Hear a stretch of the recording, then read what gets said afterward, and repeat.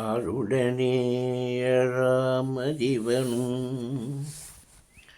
அவருடனே லக்கினாதிவனும் பேருடனே நோக்கினாலும் பெருமையாய் கண்ணுற்றாலும் சீருடனே மிக்க செல்வம் சீருடனே மிக்க செல்வம் சந்தோஷமான குடும்பம்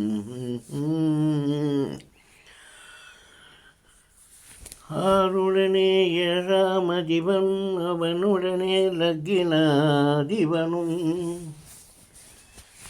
ಆರುಡನೆ ಏಳಾಮದಿವನು.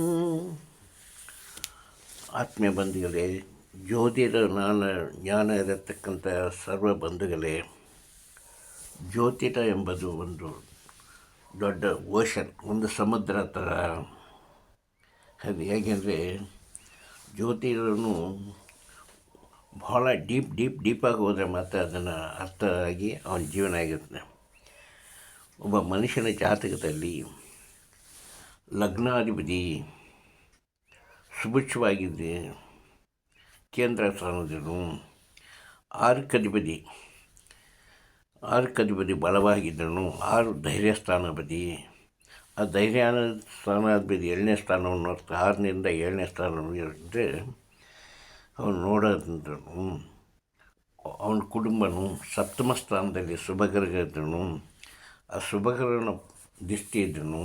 ಇವುಗಳನ್ನ ಶುಭಗ್ರಹವನ್ನು ನೋಡಿದರೆ ಅವನ ಕುಟುಂಬ ಹಣವಂತನಾಗಿ ಭಾಗ್ಯವಂತನಾಗಿ ಹೆಂಡತಿಯಿಂದ ಸುಖಪಡಿತು ಸಕಲ ಭಾಗ್ಯ ಪಡೆಯೋಕ್ಕೆ ಸಾಧ್ಯ ಉಂಟು.